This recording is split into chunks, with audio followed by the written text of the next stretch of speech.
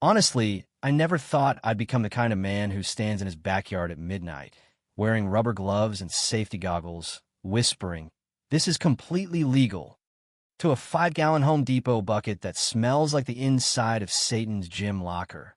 But here we are, and if you've ever had someone push you just far enough, you know exactly how a story like this begins.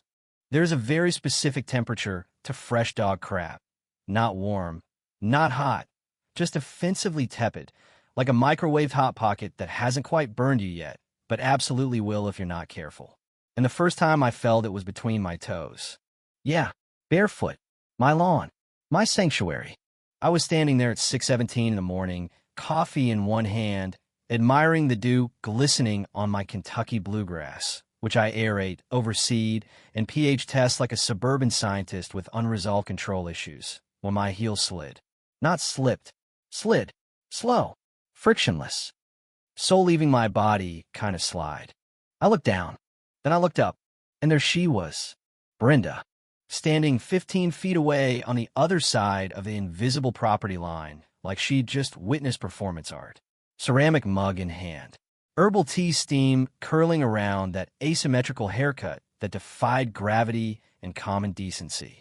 At her feet wheezed Buster, a pug shaped like a collapsed ottoman, breathing like a 1998 Honda Civic with a blown catalytic converter. "Morning," she said. Her dog was actively finishing his squat on my lawn. "Brenda," I said, trying to keep my dignity while scraping biohazard off my heel against the curb like I was extinguishing a small fire. "Your dog just left something on my side." She smiled. Not a warm smile. Not an apologetic one. The kind that says I have never once been wrong in my entire life. "Oh no," she replied. "Buster only goes on our property. He has a sensitive stomach." Sensitive. I stared at the rhinestone collar that literally spelled Buster as it sparkled in the morning sun while he dragged his rear in to cross my fescue. "Well," she added, turning away, "you shouldn't walk barefoot outside. It's unsanitary." And that was the moment peace died. Because my lawn isn't just grass. It's therapy. It's order. It's the one thing in this world I can control. And right along that property line, practically leaning over it like arrogant spectators, were Brenda's 12 heritage roses. Those roses were her children. She played classical music for them. She dusted them with a feather duster. She introduced them to guests by name. And over the next 3 mornings at exactly 6:15 a.m., she guided Buster, gently nudging him away from her pristine mulch, straight onto my lawn. Calculated. Deliberate. Biological warfare. So I did what any rational man would do. I installed a camera. Crystal clear 1080p footage of Buster mid-squat. 3 days in a row. Rhinestones sparkling like incriminating diamonds. I marched over with the tablet. She didn't blink. "That could be any pug," she said. Brenda called the police. Officer Miller showed up looking like he'd rather be anywhere else in the world, including jury duty. He sighed, looked at the footage, looked at Brenda, looked at me. "It's a civil issue," he said. "I can't arrest a dog." And when he drove off, Brenda gave me this little victorious smirk. That smirk, that was the catalyst. Because if the law wouldn't protect my lawn, the law absolutely would. You see, poisoning roses? Illegal. Throwing the poop back? Illegal. Trespassing? Illegal. But composting? Entirely legal. So I bought the orange bucket. 5 gallons. Lid cracked just enough for ventilation. For 2 weeks I collected every single deposit Buster left behind. I became a dawn ninja of feces. Scrape. Scoop. Seal. Then I added water. Sugar. Yeast. Compost tea. A legitimate horticultural method that accelerates microbial breakdown.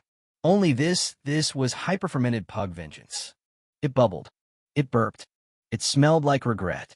Even the HOA president, Gary, polo tucked into cargo shorts like it was a lifestyle, showed up after Brenda complained. "Smells like a sewer," he said. "It's artisanal compost tea," I told him with a straight face. He left immediately. Then came Jimmy, landscape contractor, lifted F-250 for energy drinks before noon. I hired him to install a commercial-grade high-pressure irrigation system, precision-focused right along my property line. This pump's meant for a potato farm, Jimmy said. I believe in aggressive hydration, I replied. He shrugged. By Thursday, I had what can only be described as a legal irrigation weapon. Friday night was perfect. Stagnant air. And Saturday morning was Brenda's annual Rose Appreciation Society brunch. Under the cover of darkness, I connected the intake hose to the bucket, flipped the switch. The pump roared, and what erupted from those sprinkler heads was a fine brown mist, atomized, wind-carried, entirely organic. The breeze drifted west to east, right onto those roses. 3 minutes, then flush with clean water. No trace. I went inside and poured bourbon. The next morning, at 7:30 a.m., Brenda stepped outside in her silk robe. She took 3 steps, stopped, and unleashed a scream that could have summoned prehistoric birds. The roses were wilted, edges curled, leaves scorched by acidity. The smell, oh, the smell. It was like a porta-potty locked inside a greenhouse in August. You killed them, she shrieked. I watered my lawn, I replied. Officer Miller returned. He gagged before he even reached the sidewalk. Did you spray her flowers? No, sir, I said calmly. I applied organic compost tea via a legally installed irrigation system on my own property. He blinked, and then the twist happened. Because while Brenda screamed about chemical warfare, Officer Miller noticed something. Buster, refusing to step anywhere near my lawn, backing away from the smell like he understood karma better than his owner. I cited municipal code, right to farm statutes, common enemy doctrine, incidental drift caused by wind equals act of God. Officer Miller lowered his collar from his nose. Ma'am, he said flatly, that's legal compost. If the wind carried it, that's weather. And just like that, round one ended. But Brenda wasn't done. She sued me for $5,000. Small claims court. And here's where it gets better. Because the judge, Judge Peterson, 22 years on the bench, tired eyes, seen it all. Brenda presented laminated photos, dramatic descriptions, chemical attack, she called it.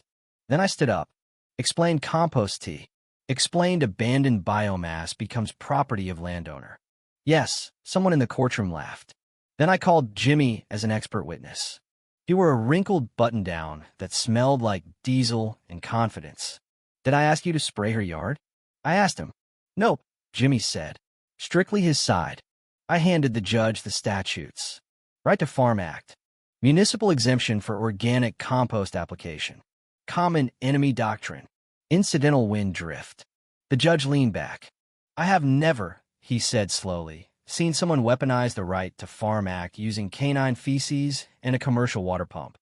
The courtroom went silent. Is it petty? He continued. Absolutely. Is it legal? He looked at Brenda. No. Case dismissed. And then he said the most beautiful words I've ever heard in a courtroom. Keep your dog off his lawn.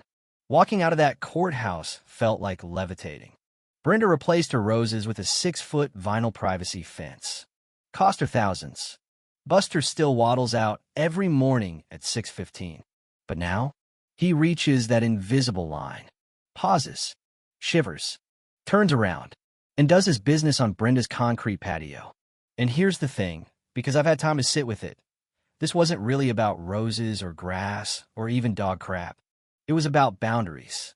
Not property lines, respect lines. Some people think civility means weakness. They mistake politeness for permission. They believe if they smile while they cross your line, you won't notice. And maybe the lesson, the one I learned barefoot at sunrise, is that sometimes the only way to deal with entitled behavior isn't louder anger. It's smarter action. Legal. Precise. Documented. Cold justice doesn't have to be violent. Sometimes it just smells terrible. So tell me something. If someone kept crossing your line, literal or otherwise, how far would you go to defend it? Would you let slide? Or would you build a pump? I'm curious where you draw the boundary between pettiness and principle. Drop your thoughts below. I genuinely want to know. And if you've ever had a neighbor push you past your breaking point, tell me your story. Because trust me, nothing bonds people like a little suburban warfare and a perfectly manicured lawn.